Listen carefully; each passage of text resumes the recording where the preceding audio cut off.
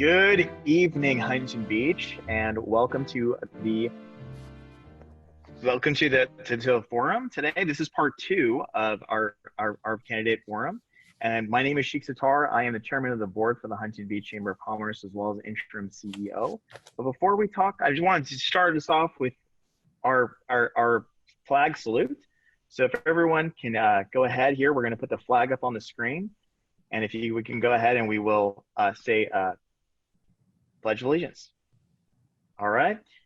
I pledge allegiance to the flag of the United States of America and to the republic for which it stands, one nation, under God, indivisible, with liberty and justice for all. Fantastic. Well, thank you guys so much for being here today. We really appreciate it. We have a wonderful event coming up, and Diane will be our host. But I just want to introduce myself and thank you guys so much for coming here. It's really, really important that we know what our options are and for you to decide. And that's why the Chamber put this together. As you know, we have done a lot of things to make sure that you are informed. Most importantly, we don't support any specific candidate here. So I just want to let you know this is for your benefit here. As you know, we got rid of our political action committee back in 2019, and we are doing this for you. So I want to make sure that you guys know everything that's going on. It's a really important vote. So please listen carefully. Hopefully, if you have wonderful questions, and Diane, I'll leave it to you. Okay, great. Alrighty, welcome candidates. And just so you know, we're going to start out with a couple of yes and no questions. And I'm going to ask that you all, I hate to tell you this, but ask that you all somehow put a thumbs up, thumbs down, easily to see. We have a chamber staff person who's going to be recording all of our yeses and nos. We weren't so great at it last time around. So I'll give you plenty of time, and then I'll get a go ahead from them, from the chamber staff, that they were able to get all the answers. So our first question this evening: economic development helps create vibrant communities and provides revenue to support city services. Do you support new commercial and residential development? Yes or no? Thumbs up, thumbs down. All righty, so 1, 2, 3, 4. If you could, I know it's awkward, keep your thumbs up and thumbs down just so that everybody can get their answers here. I think everybody, I have everybody and then Armory. Okay, got it. Right. Perfect. Thank you very much. We'll do this 2 more times here in this section. Would you support cannabis as a source of revenue for Huntington Beach? Yes or no? Okay. Hold on. 1, 2, 3. Okay, got it. Perfect. And our last yes or no. Our neighbors in Westminster and Fountain Valley have recently placed measures on the ballot to increase the sales tax by 1 cent. Would you support a similar measure in Huntington Beach?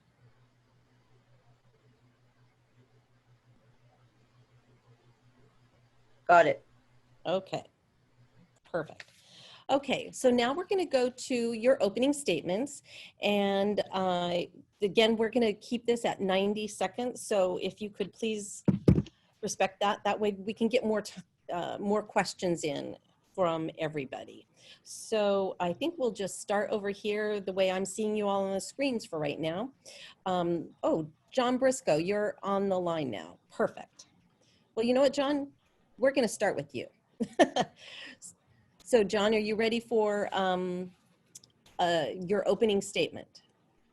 Well, I've been here since 5:15. My link put me in as a viewer. I couldn't get participation until I clicked on my wife's name. So no, I'll yeah, sure, I'll go. It's fine. How much time do I have? You have 90 seconds. Oh, that's not nearly enough. You'll have plenty of additional opportunities. Just kidding. It's no problem. Laugh out loud. So I'm John Briscoe. I've been elected and re-elected 4 times. I know how to govern. I've governed for 14 years, and that's important. There's only a few other people in this congenial group of candidates who have governed. Learning how to govern and knowing how to govern is a very important part of things. As a part of my governance, my first priority will be the homeless problem in our community. And I don't just mean the bums on the pier panhandling for money. We have many different kinds of homelessness, including car dwellers, motel, hotel dwellers, people who live in illegal garage conversions that we don't inspect, cite, and enforce, people who are couch surfing. There's at least 3 dozen students at each of the high schools who are living in somebody else's house because their parents kicked them out. There's no services. And oh, by the way, there's people that are doubled up in an apartment in the Oakview community comes to mind and all over the city. Anytime there's a unit and there's 2 families, one of those families is legally homeless. We need to provide services for all the homelessness in the city. The Navigation Center is a start. The second area I'm focusing on is our parks. Our parks are shoddy. Our parks are shoddy and poorly maintained and taken care of. And that's one of those, and there is no youth athletic program in the city because they just defer that to the school districts. We need to do a much better job for our parks and for our homeless. And then we also need to take a look at the administration of our city. Any administrator working who has never gone in the field with his or her staff at all is missing a big point of Management 101. And that is work with your people. And our staff, specifically some departments, I have the Public Records Act response, doesn't see that as being important. And I will work to change that. Thank you very much, John. Okay, and I'm going to set the timer. I don't know that anybody else at the chamber staff is timing it, so I'll be timing this and keeping everybody to 1:30. All righty, Casey Mckeon. Yes, my name is Casey Mckeon. I am a 3rd-generation Huntington Beach resident. I went to Harborview Elementary School, graduated from Marina High School, went to OCC for 2 years, transferred to USC, and then had the pleasure and honor of buying a home here 2 years ago on the south side of town off of Newland and Atlanta. I was nominated by Mayor Lynn Sameta to be on the Investment Advisory Board. I'm currently on the Finance Commission. I've been there since August. I am a small business owner that renovates shopping centers. I renovated the shopping center on the southeast corner of Warner and Springdale, which is catty corner from my family's business, which is the Beef Palace Butcher Shop. I've been endorsed by Mayor Lynn Sameta and our great councilman, Eric Peterson. Things I want to focus on for the city is preserving our local control as a charter city that will protect us from outside special interest groups. I'm for responsible development. I'm against irresponsible development like the high density projects you see littered on Edinger and Beach Boulevard. I really want to focus on reviving our small businesses and our local economy. Being on the Finance Commission, we are currently $20 million in a shortfall in our budget deficit. So I really want to focus on supporting our small businesses, getting them up at 100%. Every business is essential. Let's give them the tools and resources they need to thrive, get our sales up, which will increase our sales tax revenue. And then lastly, I really want to lean into tackling the homelessness problem throughout the city, the crisis there. With the Navigation Center open in November, we can really lean into that, give people the help that need it, people that want help can get it, and then really lean on the county since the homelessness issues under their purview. Those are 3 issues I really want to focus on amongst others. I'm number 12 on the ballot and really appreciate your support. Thank you. Great, thank you very much, Casey. And next, Dan Kalmick. Thank you, Chamber, and thank you, Diane. My name is Dan Kalmick. I'm number 14 on the ballot, running for City Council with all of our other colleagues here. Thank you for attending tonight. We've got a really big issue we need to cover here first is that we need our COVID response. We need to get our businesses and our residents to know what our response is going to be, when we can get things open, and what we need to do in order to accomplish those goals. Without that, people keep asking questions. There's no accountability. There's no understanding of where we're going. We have to attack that first. We need to get a handle on our COVID numbers, which are going down, which is fantastic. And we need to hold on until we can get a vaccine so that we can go back to the way life was before. And so that's something that we're going to need to work on 100%. We're going to need to make sure we get our businesses open. We keep people in their homes that are not able to pay rent. We need to make sure that we don't have mass evictions coming into the year. Addition to that, we need to work with our homeless. Obviously, folks have spoken about this. I think we're all kind of on the same page for homelessness. We need to make sure we get our shelter open, but we also need to attack the causes of homelessness as well. That's something that we really need to focus in on, find out why folks are homeless in this city. And part of that is because housing's so expensive. So we have to figure out a dynamic housing solution to make sure that we can get our folks housed. We don't need high density, giant developments. I'm not for high density development, but we need to make sure we've got something that is affordable enough to get our folks housed. Also, we need to make sure we're maintaining our open space. As the Bullshit Land Trust board member, I've been fighting for open space for over 10 years now. It's something that's really important to me. In addition, we also need to make sure we've got affordable broadband in our city, which I spoke to at Monday night's council meeting. Thank you, and I ask for your vote and look forward to it this evening. Thank you. Next, Eric Silkinson, please.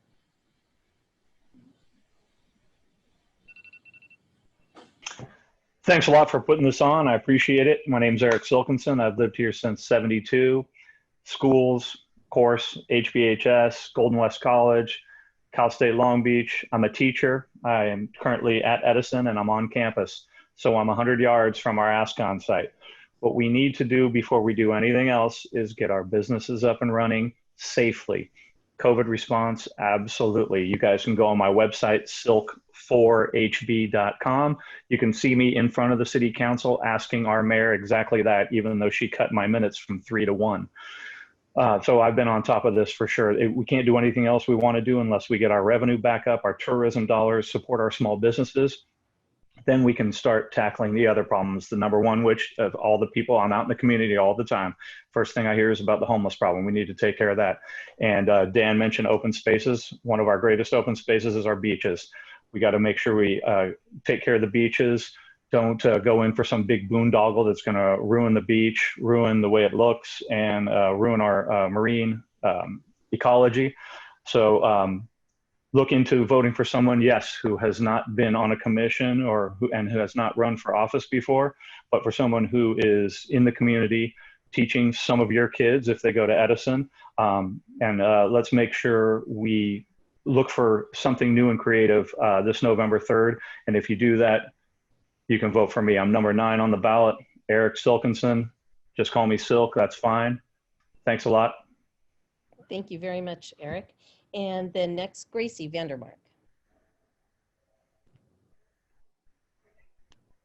I'm Gracie Vandermerk. I am number 13 on your ballot. I have been a Huntington Beach resident for 20 years. We're small business owners and parents of, we've got a blended family of 7 kids that we've raised here in Huntington Beach.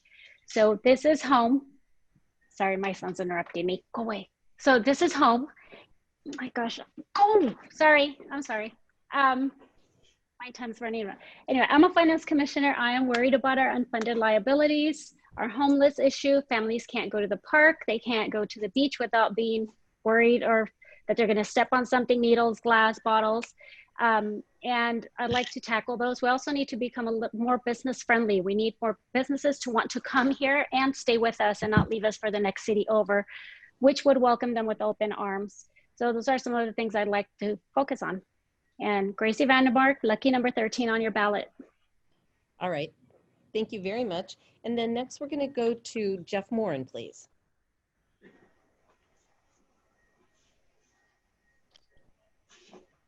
It's always hard to tell where you're going to start there. So thank you. I'm Jeff Moran, candidate for City Council. I'm a 30-year resident here in Huntington Beach. The last 20 years living with my wife in Northwest Huntington Beach. I retired from AT&T after an extensive career last year with extensive corporate management experience. But I also worked my way up through the organization or the corporation. I was a technician, I was an engineer, operations, corporate procurement, the last dozen years in the public affairs realm, representing AT&T not only for city, but also state and federal work that we do. I was individually responsible for over $600 million a year annually. So I'm used to working with and being responsible for large budgets. And I think that's critical, particularly in a state that we're in now with an economic shortfall. Since retirement, I've joined my wife in running our small business. We do emergency management. We work with municipalities, county, state organizations, and as well as public safety. I have a bachelor's degree from Pepperdine University and a master in business administration from Golden Gate University. But I'm also an active community leader. I serve as the chairman of the board for Greater Anaheim Cypress Boys and Girls Club, as well as the immediate past president, served 4 years as president for Coastline College Foundation. I served on the board for Girls Inc. of Orange County. So I'm very active in the community and currently vice chairman of the Jet Noise Commission here in Huntington Beach. I do have longstanding relationships on both the local, state, and federal levels. And I think that's important as somebody comes into the government role. We cannot, as a council, move the city forward without being collaborative with other cities, with the county, with the state, whether that's to address homelessness, pension liability, etc. So those skills and knowledge are very, very important. I know homeless is very important, and it's one of my key focuses. I'm very pro public safety, and as a result, I'm endorsed by Orange County Sheriff Don Barnes. We have huge economic uncertainty right now, and I'm a business advocate, and that's why I'm endorsed by Orange County Business Council. Again, we have a financial crisis because of COVID, and I'm endorsed by Senator John Moorlach as well as Orange County taxpayers. I believe that these skills and knowledge will allow me to step in and lead the city as a city council member. And I look forward to having your vote on November 3rd. Jeff Moran, number 11 on the ballot. Thank you. Awesome. Thank you very much, Jeff. And Matthew Harper.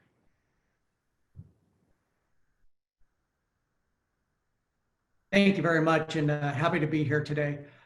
My name is Matthew Harper. I'm endorsed by you, our Senator John Moorlach, our Sheriff Don Barnes, Council Member and former Mayor Barbara Del Glaze.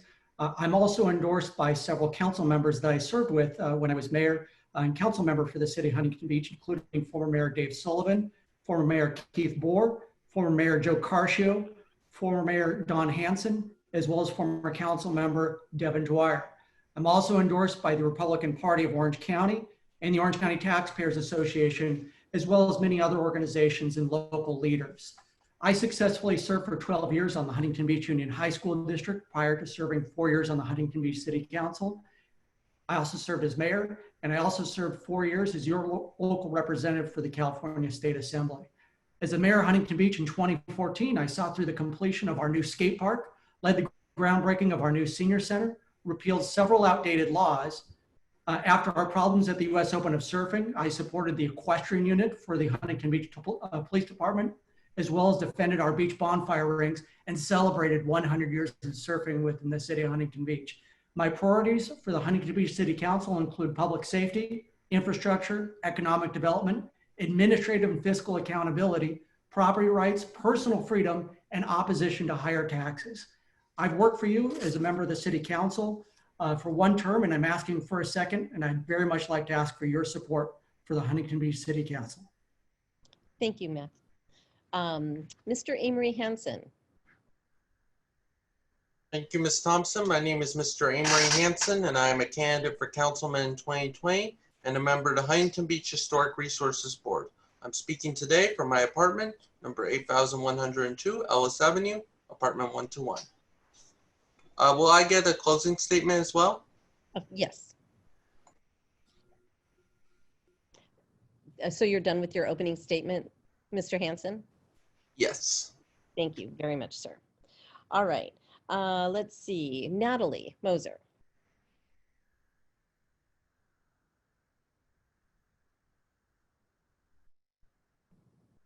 Oop, you need to unmute yourself, Natalie.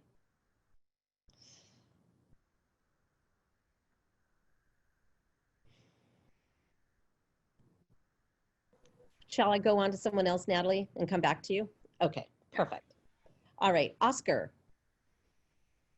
Good evening, everyone. My name is Oscar Rodriguez. I'm also running for Huntington Beach City Council this upcoming election. I'm number 15th on the ballot, a lifelong resident of Huntington Beach. I went to our local public schools and graduated from Ocean View High School in 2012.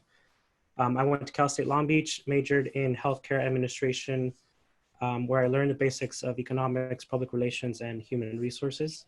I did grow up in the Oakview neighborhood, which is in central Huntington Beach. It is a community that helped me become the person I am today.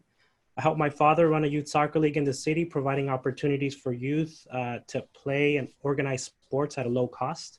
Top priorities for me is ensuring we support our small businesses, particularly our mom and pop shops in any capacity, starting with facilitating permitting and business.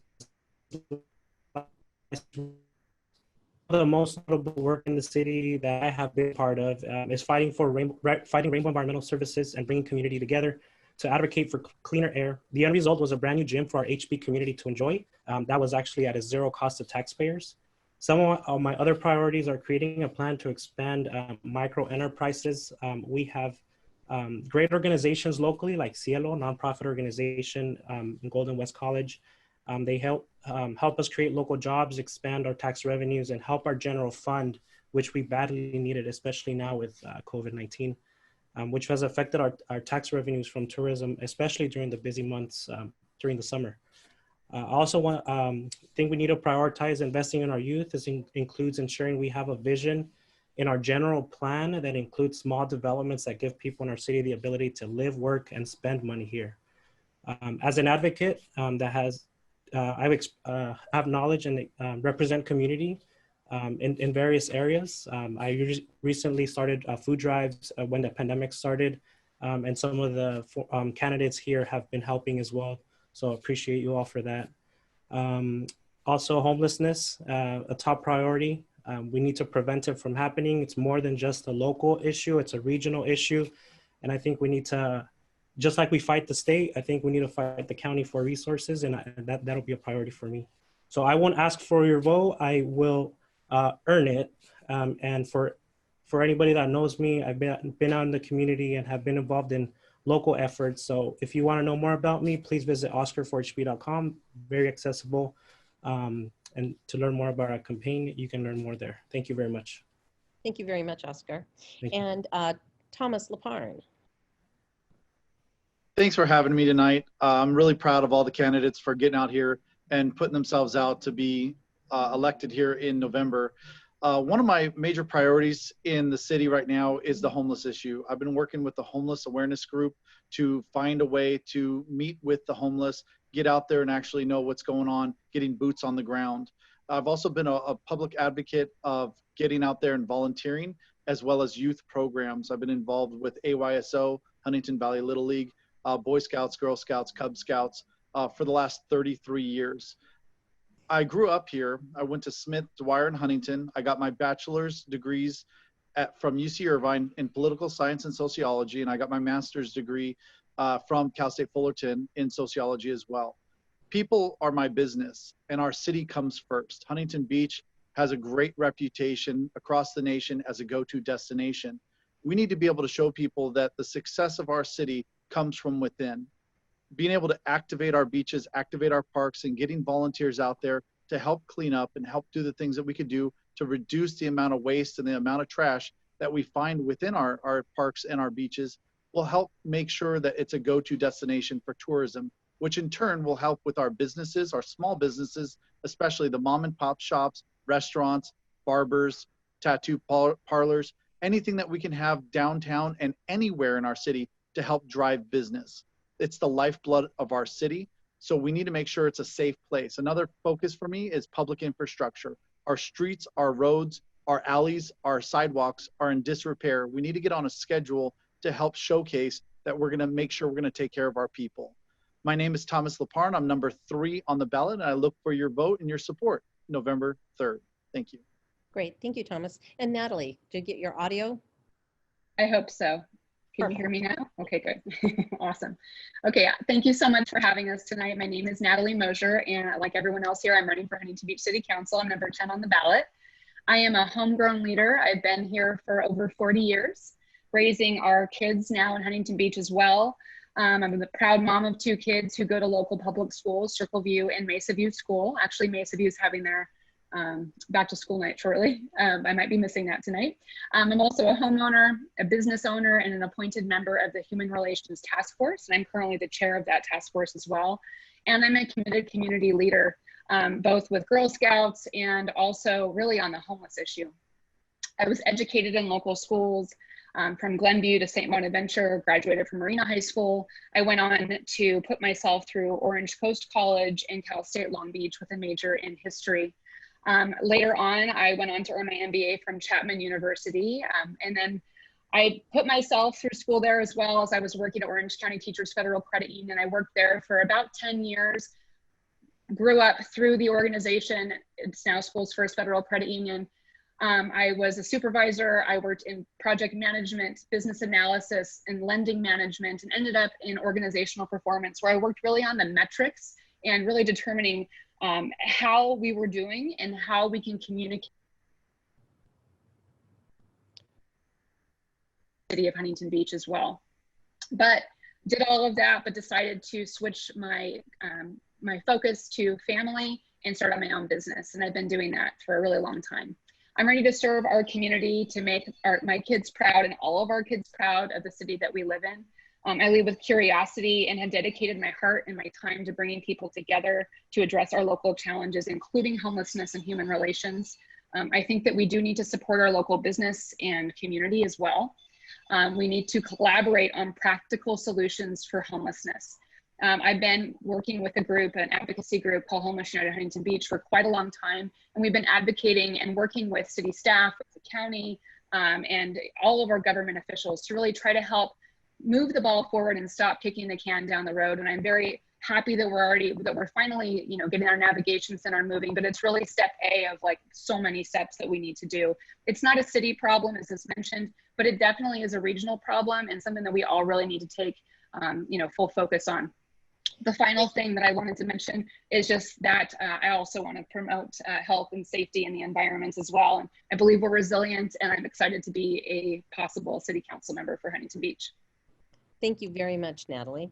Okay, so now we're going to go to some questions. You'll have 90 seconds to answer on those as well. And I'm going to just start in the middle of the pack as I went through your list earlier. So Matthew, I'll give you a moment to unmute yourself. And here's a question, and if you need me to repeat it, I can. I'm trying not to make them too long, but what qualifications do you feel are critical for someone serving on our city council? Yeah. That's absolutely a very important point, especially when we have 15 candidates. And I think it's very likely that we're going to have some that have not served in elected capacity, but I'm definitely someone who does bring that.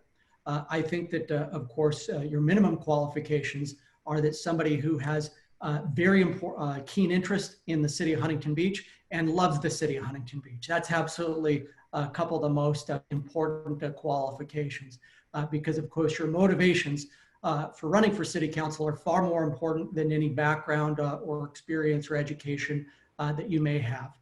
And I have those. But in addition, I bring forward education, experience, as well as knowledge about the city of Huntington Beach. And I think those are important things to be able to consider when you're running for city council.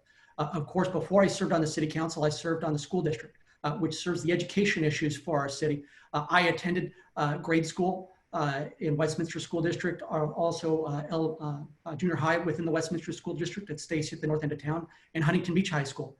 And so I brought the perspective as a former student to our high school board. And then I utilized that experience in the issues facing the school district to the city. And so that's why I was on the city council. I did not have a high learning curve.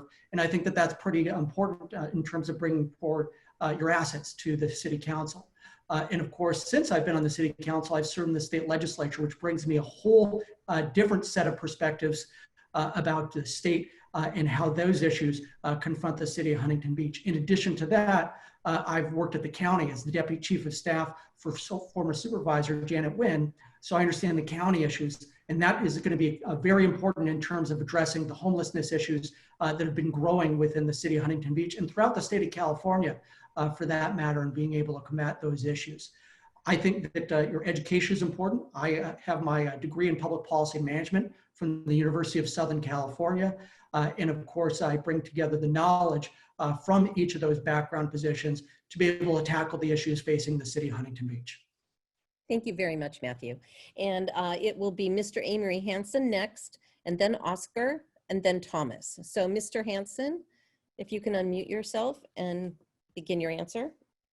Well, for me right now, the minimum qualification is being me, since I'm running. I suppose I should, though, give the answer of what if I wasn't running. I would most likely vote for someone who was on a city board or commission, at minimum. In the past, I was more open to state and former mayor, but I think we need to have new leadership. And so for me personally, I would not most likely vote for those individuals. But I will say that I do tend to vote for only one person, usually. me, and if not, it would probably be someone else. So that's something to consider. Thank you very much, Mr. Hansen. And Oscar. Yes. So for me, it's a multifaceted solution. It's being involved in the local community.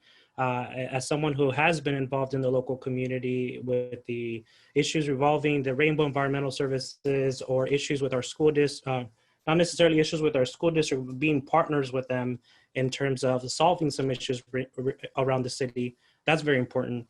We also need some basic knowledge of the workings at City Hall. And I think that I've been a person that has been involved throughout the past couple of years, attending city council meetings, speaking at city council meetings, and ensuring that we have those open line of communication with city council members and staff. And number three, I think very important is advocate for all communities, regardless of what your personal beliefs are. I don't think we have that at City Hall, and I think that we all insert what our personal beliefs and not necessarily include the general community. And for me, that's very important. I think that being involved and making sure that the voices of all communities are being represented, that they're represented in our city budgets, and they're represented at the state level, throughout the city. So that would be my response. Thank you. Great. Thank you very much, Oscar. And Thomas. As a community volunteer for 33 years, I think community involvement is a must. Second thing is, I would want someone that is dedicated to protecting the rights of the individuals and the citizens of Huntington Beach. We need a Huntington Beach first approach with everything we do. We got to put our self-interests aside. We have to ask the public what they need and what they want. That should be paramount to our decisions every time we get up on that dais. Another thing, we need to treat the city's money like it's our own money. There's been some fiscal irresponsibility lately, and it's detrimental to the overall success of our city. We need to make decisions and utilize the resources like our city attorney, Michael Gates, as well as other assets that we have to give us informed decisions. So we need to be transparent. We need to be open-minded. We need to be approachable. People need to have that open communication and trust in trustworthy leadership, but we need to lead by example as well. We need to be leaders in our community, but we need to be representative leaders, people that are servant leaders in the community, doing the good things they need to do to help the community. And at the end of the day, education, the willingness to learn and make great decisions on behalf of the people is our #1 job, because if it's not for them, we shouldn't be running for city council. Thank you. Thank you very much, Thomas. And now we'll go to Natalie, John, and Casey. So Natalie. Absolutely. So as far as what do you need to be a great city council member, I think the nuts and bolts are obviously very important. You need to be smart. You need to be able to connect with the local community members, business residents. Also establish great rapport and relationships with local city leaders, which includes local government, county government, state government, et cetera, so we can make sure that we can get the best resources here for our community. In addition to that, though, I think volunteerism demonstrates people's commitment to the community. That's something that I have worked on with the Human Relations Task Force, with working on the McKenna-Clark Foundation for Pediatric Brain Cancer, and also working on our homeless issue. So in addition, civic engagement, finally, intelligence, right? And I'm not just talking about, you know, how smart are you and where did you go to school, but also what type of emotional intelligence are you bringing to the mix? How curious are you about the challenges, or do you come to the table with your mind made up already? I will tell you that I don't know everything, and I'm here to learn from the people, from people who already have experience, to listen to people's stories, to gather the information, and to make good decisions. Thank you very much, Natalie. And now, John. I'm no longer a mutant, I'm unmuted. So I will use the I and the me description to answer this question. I believe I need to have widespread experience in governance. I've been elected and served for 14 years, representing many of you in my school district, and we've done great things in our school district. I'm very proud of the progress and programs we've put in. I think I need to be involved in the community. I'm an assistant scoutmaster, merit badge counselor. National Jamboree counselor, and all things Boy Scout. I'm a member of Rotary, LA5, Rotary International. That's the El Rodeo Club. I'm also an optimist, Huntington Beach Optimist Club member. My wife and I worship at Cross Point Church. We are involved in the community. We love Huntington Beach, and we spend our time here. I own property in Huntington Beach. I own rentals in Huntington Beach, a couple dozen, and that's what pays my bills. I'm invested in Huntington Beach, and I'm keenly interested in making sure that the things we do at City Council benefit and make our property values and quality and condition sustained and grow. I have a direct interest in decisions that are made by the council that impact property values. Things like giant, high density, low income apartments next to the Central Park is a bad idea. That doesn't help anybody's property or living conditions. There's other things. There's a process in the city to plant little tiny lollipop trees to take a detour. There's a research project that said if we planted 1 trillion trees on Earth, we could fix the carbon problem. We should start in Huntington Beach, and we should plant real trees, big trees. We have a very high water table. Trees do very well. I'm a tree person, by the way, in case you didn't guess. A green tree, a green park, and facilities that serve the people and our children, which leads me to my last area. Families with children, and children are 20+% of our city population. The city does very little to serve those members of the community. I know because I'm on the providing end with the Ocean View School District, where we provide the playing fields, we provide the allocation. So I believe the children should be placed at a much higher priority in the city with a real Parks and Recreation department that provides recreation and park programs for the children, as opposed to the current roll your own and go to the school districts to get fields that are accessible and usable for children. And That's that a would place to not be play. enough right now, Mr. Briscoe. That ends my talk. No, okay. Yes, I gave you a little extra. All right, Thank you. Casey, you would be next. Dan and Eric after that. Thank you. Yes, so I mean, there's several qualifications required to be an effective city council member. Being a leader and a problem solver are at the top of that list.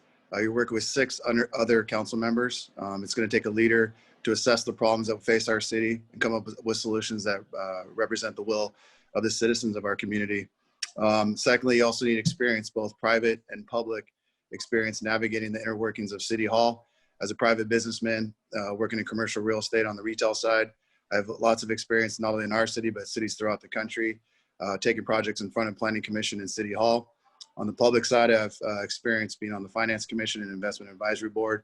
So once again, understanding the budgets, the revenue streams, the expenses we have as a city, all those issues are critical coming forward in these coming years due to the pandemic. So we need problem solvers to solve those issues. And then lastly, I think one of the main qualifications required to be an effective city council member is you need to be a grassroots candidate. You need to not be beholden to special interest groups. Grassroots candidates represent the will of the people. We are a conduit for your voice on city council. We work for you, we represent you. It's critical that grassroots candidates represent the will of the people, and I think that's the main qualification that we need as a council member on council. Thank you. Thank you very much. And Dan Kalmick. Thank you. When I started running for city council this year, it was really to look at the kind of mold of what someone that I would want to vote for, and to try to fill those pieces in backwards to see if I met those qualifications, and I think I do.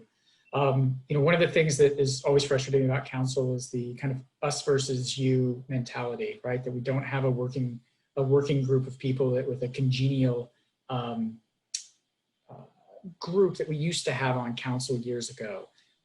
Everyone's trying to score political points, and you know, I pride myself on being friends with the majority of the council, that we either socially engage together or we call and talk politics with each other. I think that's something that we really need going forward, that we can. I always joke about the Looney Tunes sketch of the dog and the coyote checking in to go do battle and then checking out and their buddies afterwards. And I think that that's something that we really need to discuss and to really have on council. Education is also extremely critical, as Natalie said, the emotional education to be able to make hard decisions. Leadership is something that has been so frustrating that we've been running in place in our council for the last 10 years. We haven't moved our city forward in a number of things, or we fought something and end up back at where we were before, or actually at negative space.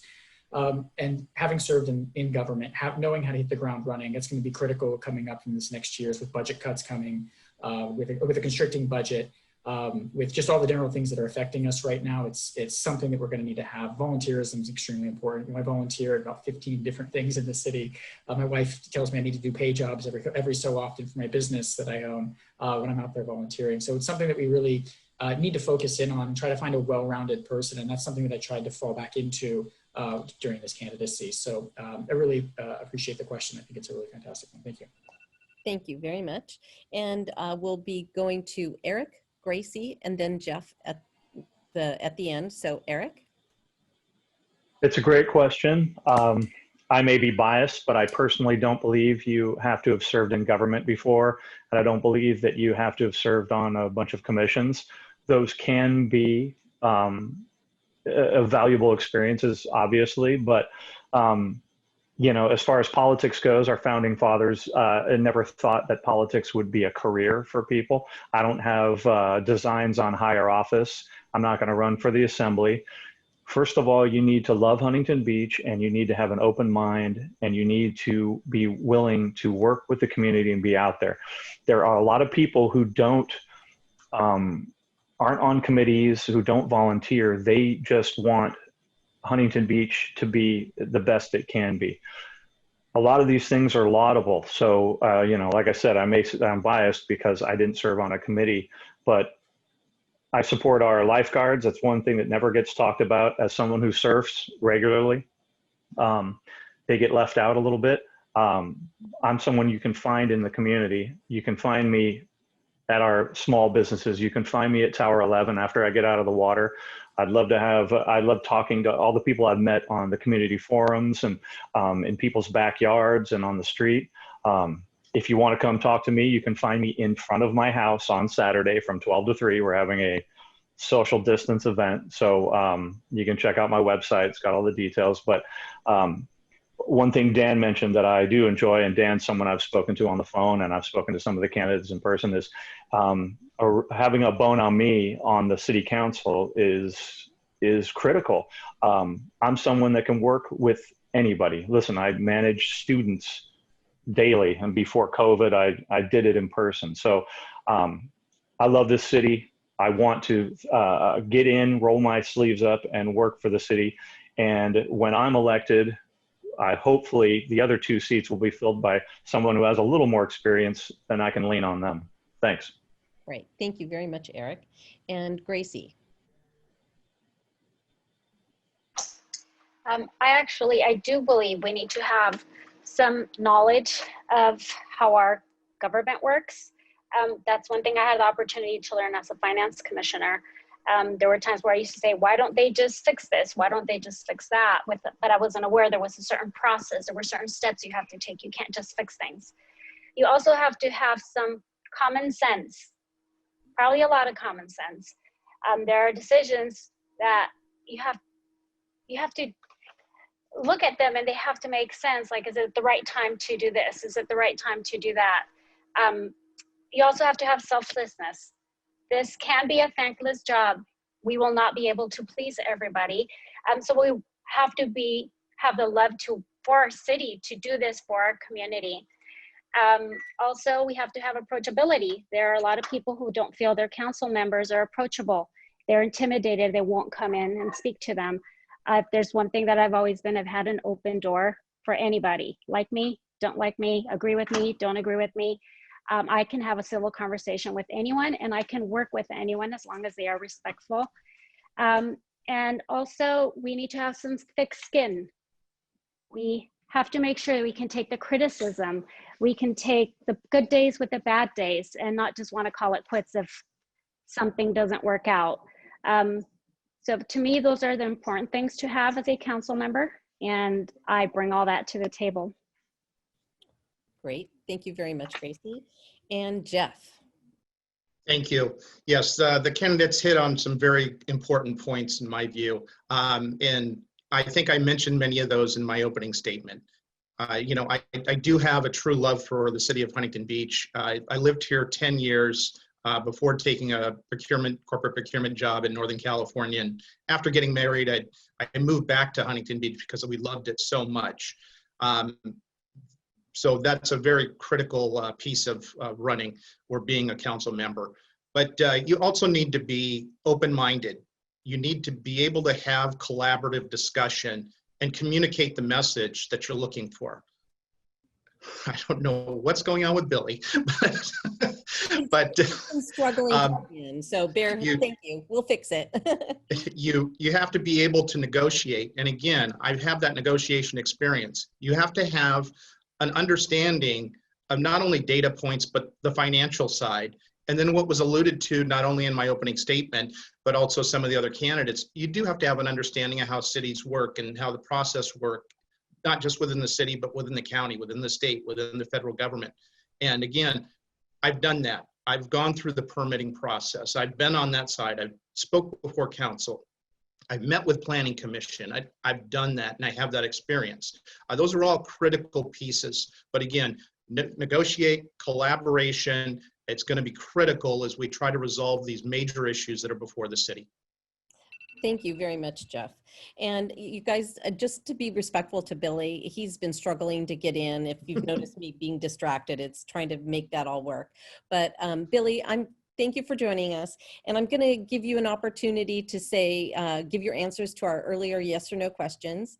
I'll give you your 90 seconds for your opening statement. Then I'll give you this last question that everyone else answered, and then we'll all be on track. So thanks, candidates, for being so patient, but I want to be fair to everybody here. So, Mr. O'Connell, yes or no questions? And can you unmute yourself? Yes. Thanks, everybody. No problem. Everyone else did thumbs up, thumbs down. I'm not going to make you do that. You can just do yeses or no. Yes, so the first question is, economic development helps create vibrant communities and provides revenue to support city services. Do you support new commercial and residential development? Yes or no? Some commercial, yes. Okay. It has to just be a yes or no, please. Yes. And you can explain later. Okay. Would you support cannabis as a source of revenue for Huntington Beach? No. Our neighbors in Westminster and Fountain Valley have recently placed measures on the ballot to increase sales tax by 1 cent. Would you support a similar measure in Huntington Beach? I would not vote for that. Okay, thank you very much. And I'll give you 90 seconds for your opening statement. Hello, everyone. My name is Billy O'Connell, and I want to thank you for giving me this opportunity to speak to you tonight. I've been a former city councilman. I balanced four budgets, and I know how to make things happen. Some of the most important things to me as a candidate running for Huntington Beach City Council is, number one, is local control. 2, we need to have a strong, proactive police department. 3, we need to open our businesses safely and get people back to work, and we need to have local control. I know that we need to attract business into our city to increase revenues. I've done it. I know how to do it. I created an organization which has taken over 5,000 homeless women and children off the street, is now one of the largest transitional housing providers in Orange County. I believe homelessness is a serious issue here in our city which needs to be addressed. And in order to address that, we need to have more mental health intervention, more intervention for alcohol and drug treatment in order to solve this problem, and to comply with the federal court's order to have beds available to put these people before we can enforce laws. It's very, very simple. I've done it, I'm doing it, and I will continue to do it.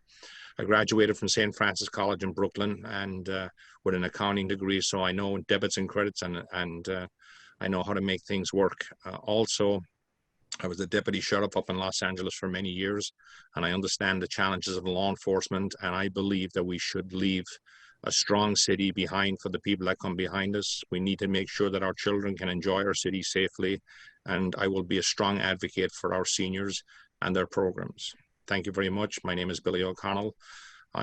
My website is billyforhb.com, and if you'd like to reach out, my cell phone number is 714-943-0223. Thank you. Thank you very much, Billy. And to get caught up now, the question that everyone else was just answering is, what qualifications do you feel are critical for someone serving on our city council?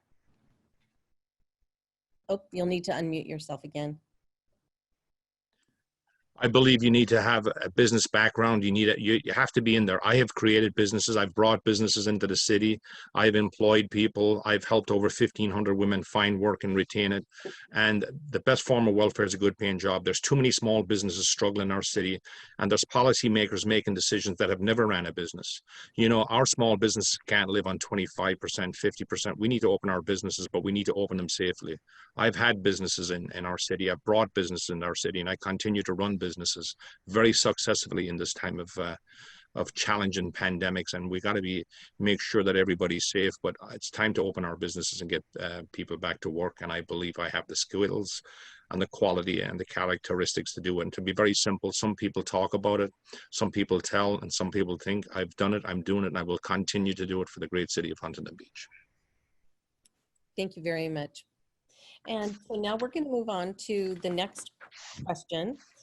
And I'm going to start with Gracie because I think Gracie has to leave here in a little bit. So we're going to try and give her one more shot. And it'll be Gracie, Jeff, Matthew. So the next question is, what are your thoughts on short-term rentals becoming legal in Huntington Beach? Gracie. I do not believe they should become legal in Huntington Beach. And this I'm saying because of conversations I've had with residents where they've had drunk people come to their doors because they can't remember which Airbnb they rented. Also, there are people there curse, yell, scream, smoke all the time, and it's always somebody different. It's really difficult for somebody to buy property to raise your children and then be afraid to let them go out and play out in their front yard. This is known as a safe community, which is why I moved here. And these short-term rentals bring all kinds of people, and there's not much you can do. By the time you report them, maybe they're breaking something, they're gone. So no, I do not believe that we should put short-term rentals in our residential neighborhoods. Okay, great, thank you. And Jeff.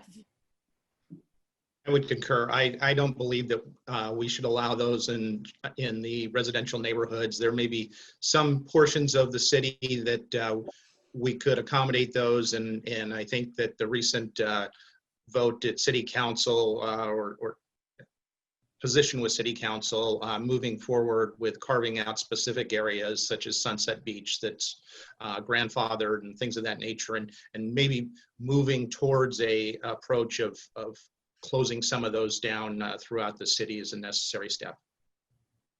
Great. Thank you very much, Jeff. And Matthew. Thank you very much. One thing, if I could ask that people clarify, because if we're going to have short-term rentals, if they're not in residential neighborhoods, where would they be? Because I think that the purpose of a short-term rental is for it to be in a residential home or some other type of residential situation like apartment, condominium, etc.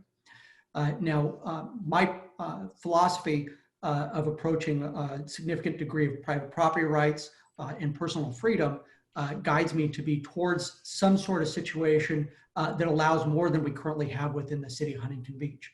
But I'm going to want to be in a position where I'm going to want to be listening to the people of Huntington Beach and the people who are interested in having these in terms of determining what is allowed and what process is going to be happening. Because the thing is, I think the question needs to be understood in a particular way, because it's not as if we're answering the question of whether short-term rentals are going to happen or not, because they're already happening.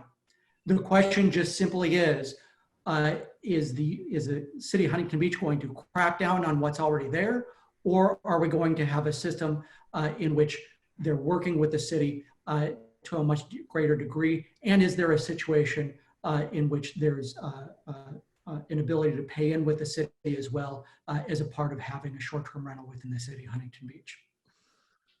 Thank you. And Mr. Hansen. I heard it was on I'm sorry. Yes, the question was on short-term rentals. Could you repeat the exact question now? Yes, of course. What are your thoughts on short-term rentals becoming legal in Huntington Beach? All right. It's something I'm open to. I think it's very possible it might be a done deal, but if I were, by the time I would be sworn in, if I were elected. But it's something I'm open to, but I think we need to really The city is going to have to really take a look in the next few months of what those regulations are. I think they did an excellent job, all the councilmen and the mayors, of doing that last time. I was frankly surprised at how cooperative they were on it. They really dug in there. They said, what regulations do we need? What ones do we not need? And I think they have made a fair, it might not be necessarily I agree everything on it, but it was a fair and decision as to which ordinance will come before them soon. So. Thank you, Mr. Hansen. Next, we'll have Oscar, Thomas, and Natalie. So, Oscar? Yes, for me, the policy that was just passed is at citywide. What I would propose is keeping what's on at the coastal area, and then as we move more inland, limit or not expand. And the reason being is that we know that landlords who see the rental opportunity take those off the market, and so therefore families can no longer live there. And so what we end up is with rent increases, displacement, and sooner or later gentrification in terms of eliminating an entire community. So in terms of the moving inland, I would not support. In terms of the coastal area, I would support, and also home shares.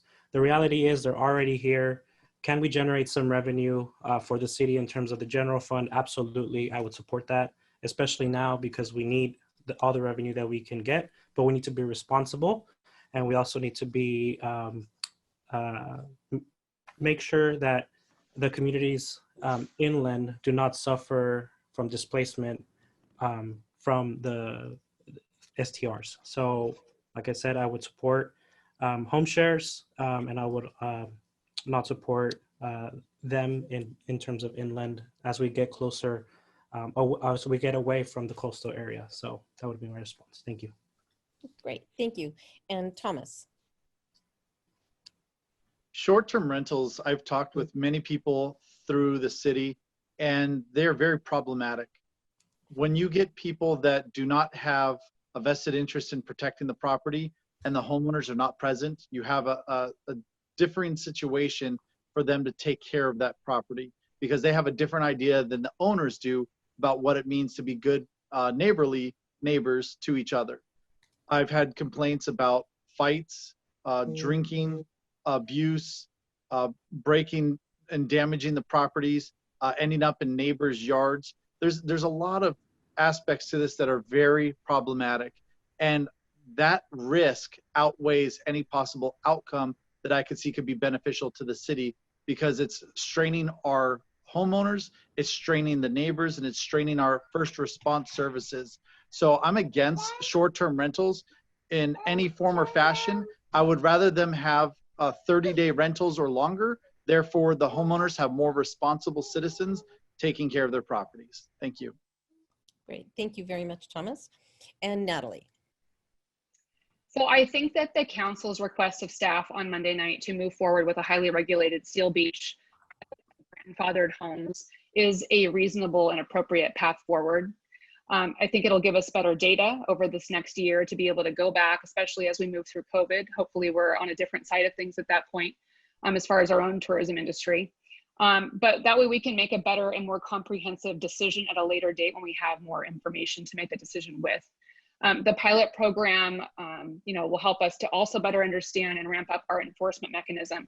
So the enforcement, it's going to be expensive and take a fair amount of time. So if we can in a smaller area about what that really looks like, I think that that will be helpful as well. Finally, I think that it's reasonable to proceed with regulating home shares like Oscar talked about in the city at large. It is still a concern though that we're going to have a bunch of STRs out there still operating illegally in the meantime. And so what does that mean? I am also concerned about the impact on affordable housing and the community if it continues to go unregulated. But as we move forward, we should consider the idea of, perhaps in coastal areas, we have a limited amount or a capped amount. But as you move more inland, I do think that it is a problem and it could really provide an issue with displacement, as was mentioned earlier, with regards to other homes and landlords deciding that it's better for them to have an STR than to actually allow people to be renting with a reasonable amount for that. Great. Thank you very much, Natalie. And so now we'll move on to John, Casey, and Dan. So John. Unmuted. Very simply, I'm not a fan. For the record, everybody should be aware that bad behavior is bad, regardless of short-term or long-term. Incorrect behaviors in violation of city codes are an immediate problem that's taken care of immediately. And a vacation rental, a short-term rental, is no different than a regular rental. Although people with families and kids asleep in bed at night tend to behave better than drunken sots, I would suspect, the discipline and the handling of it are the same, and they shouldn't be treated differently. But no, I'm not a fan of short-term rentals. If we have to have something, then a program of strict enforcement and inspection and looking at them would be a reasonable alternative to copy the success of Newport Beach and Seal Beach. That concludes my comments. Thank you. And Casey. Yeah, I'm not supportive of the short-term rentals in Huntington Beach. I don't think they're reflective of our suburban beach community. There was actually an analysis done at this week's city council meeting, and the limited tax revenue that we receive or would receive does not outweigh the nuisance and cost to the city, to our citizens. I mean, it's not just, you know, on the weekends that people are here. These people are coming here on vacation. It's during the week. They don't even have to have a party. They can just be in the backyard having a conversation during the week on a Wednesday night. So again, it's the minimal tax revenue we can receive to the general fund does not outweigh the cost. There's currently roughly about 840 short-term rentals that are operating illegally. The way I see it is we have an enforcement problem. If the consultants that put the presentation together on Monday can find these 840 homes, whether it's Airbnb or VRBO, we should be able to find them as well. So we have an enforcement problem in my opinion. And then they also talked about Sunset Beach. So we made some commitments to them when we annexed them into the city that we'd grandfather some of their short-term rentals in. There's gonna be a pilot program to explore that further. So it's a good first start, but in totality and generally speaking, I do not support the short-term rentals in Huntington Beach. Okay, great. Thank you. They also, I have to leave, so I really appreciate the opportunity to be on here tonight, and I wish you guys all the best of luck. Thank you. Thank you. We have Dan, Eric, and Billy left. So Dan. Okay, so as an 8-year member of the Planning Commission, this is something that we've been studying for a long time, unofficially for a while, to see what's going on. And I agree with Mr. Harper that this is a property rights issue and it needs to be balanced with the community that you bought a house in a residential area. You didn't buy a house next to a hotel. That being said, we have 840 of them in town.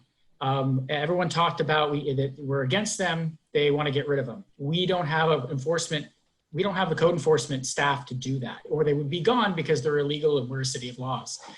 So with that said, and if you looked at our budget, the staff requested 2 more code enforcement officers just to deal with the existing code enforcement issues we have in our city for all the other issues that we have for such a large city that we currently have. So I'm supportive of short-term vacation rentals. For home shares, 100%, that's easy. Someone's got to live on the property. We don't have a nuisance problem with those. We have a problem with party houses. Now, some people may have short-term vacation rentals for whole house where you rent out your whole place and they don't even know it because they're good.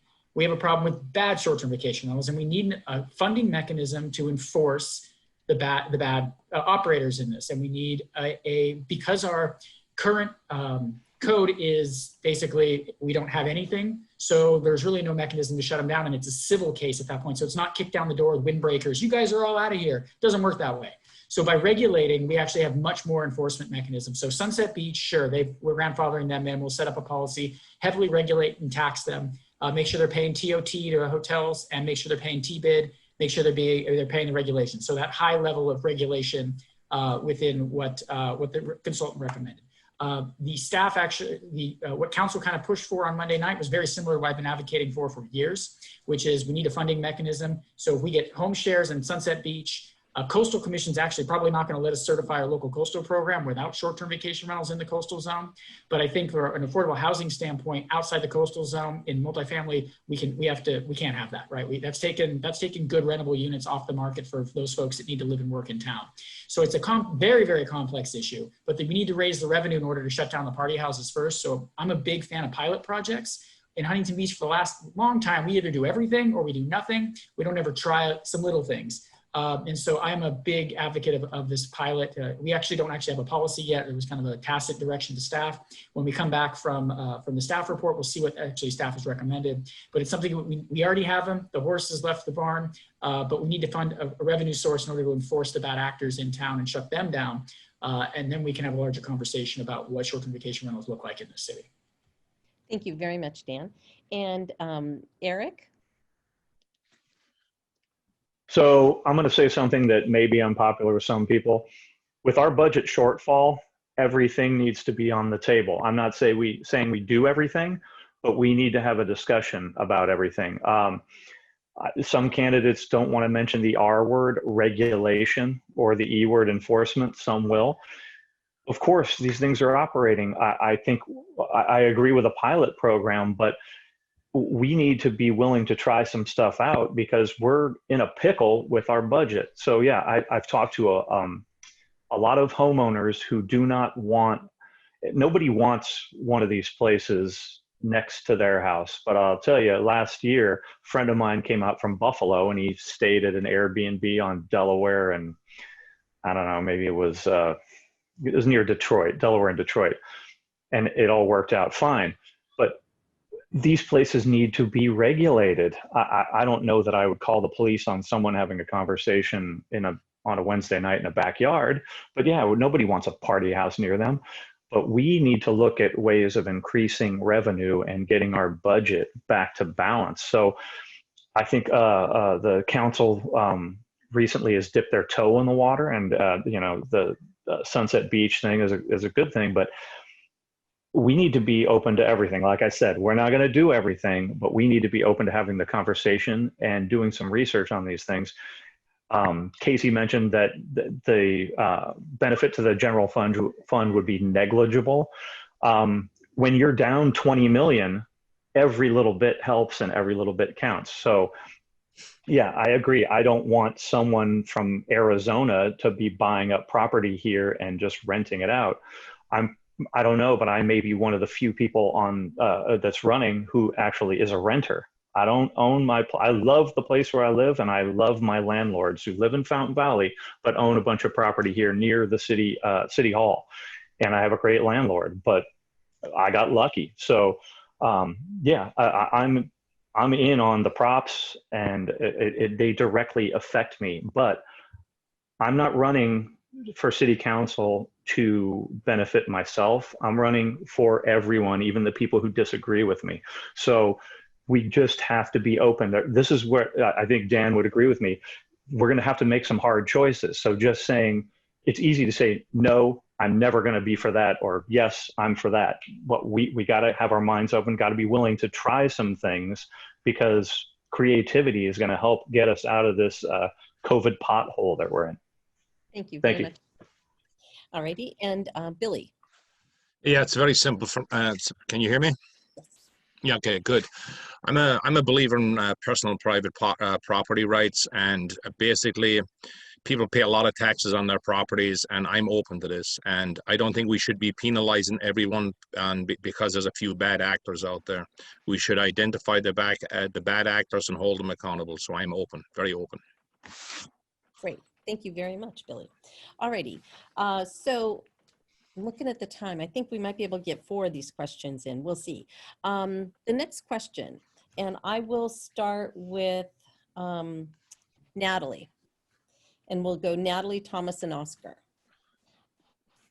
Do you feel the state of California health and safety guidelines should be followed in order to reopen our businesses more quickly and in a safe manner? How long do I get for this? No, sorry, still 90 seconds. Yes. Well, that was quick. That's my answer. Thank you. I mean, I guess I can go on further. I'll go on further. The answer is absolutely yes. You know, I have kids that are in school. They're hopefully going back to school. on this coming week for hybrid. The school district has done a really good job thus far of, setting everything up. So thank you, Mr. Briscoe, for doing that. But I think that it's imperative for us to follow the evidence, to follow the science, because to be able to get our economic system working again and the economic engines rolling again, we're going to have to make sure that we don't end up like so many other countries are ending up right now in the world, where they're having huge spikes. So if we walk around without masks on and without social distancing, we're going to have a problem. We're going to get shut down again. I don't want that. I don't think that our city can handle that, to be honest with you. I know my kids can't. They want to be in school. So if we can all follow the guidelines, follow the science, which does change from time to time as more things are learned, then we will be better off. Thank you, Natalie. And then Thomas. I'm a firm believer in science. I do appreciate the fact that there have been guidelines for us to follow. My issue has been the guidelines have been very, I don't want to say uncertain, but it's been causing a lot of difference of opinions of how to effectuate reopening. I want us to get reopened. We need to have our businesses open. We need to have our kids in school, but we need to do it in a safe manner. So yeah, we don't need to have people creating spikes in COVID cases, but we do need to have a return to normalcy so we could return to our budget, return to our schools, return to our businesses, and return to our lives so we can have the kids out there being healthy, doing the things that we need to do, be out there riding bikes, going to the beach, going swimming, doing the things that I support all of our kids with each and every day that I'm volunteering. So as a community, we could do better. We could work together. And unfortunately, that 2 weeks or 4 weeks originally that we were supposed to be shut down has turned into 6 months. And it's been extremely detrimental to our city, our state, and our country, and the world. So we need to be able to return to that aspect before COVID, but do it in a safe manner. Great, thank you. Oscar. Oops. Yes, my answer would be yes. As someone who went to our local Cal State Long Beach and majored in healthcare administration, I support the efforts of our public health scientists and those that are creating these policies so that we can open up quicker, so that we have the ability. It's for me, it's more of, it's in the best interest of our entire community to follow what the guidelines are, because these guidelines are coming from scientists. And so as a person who studied this and went to school for this, I think that we need to do more of our follow these guidelines. So such as like wearing masks, social distancing. I would support this. Yes. Thank you. And we'll be going to Mr. Hansen, Matthew, and Jeff. So Mr. Hansen. My position has always been that until a vaccine is created and is here, it is released, I support these guidelines. Any attempt to delay the vaccine, though, at this point, I would not support. That's obviously something that's out of everyone's control, but I think there is somewhat an effort to delay it, and so I would urge that we create some sort of the council to create some sort of resolution to say we are reopening in 2021, no matter what the state or federal government does. But I will say that I am hopeful there will be a vaccine by then. The other factor I think that is a problem is we have to recognize eventually that guidelines are guidelines. And unfortunately, you see a lot of zealots, complaining that the people are not wearing masks or not doing something. And I think never before have we seen really the kind of aggressive enforcement. And there's people who are actually on the street who are homeless. I think that would be better to have the police enforce than where someone's wearing a mask. Thank you, Mr. Hansen. Matthew. Thank you very much. I think that we're going to know more on December 7th when new council members are sworn in than we know today. And so that's certainly something that I'm going to take into account in terms of approaching this issue.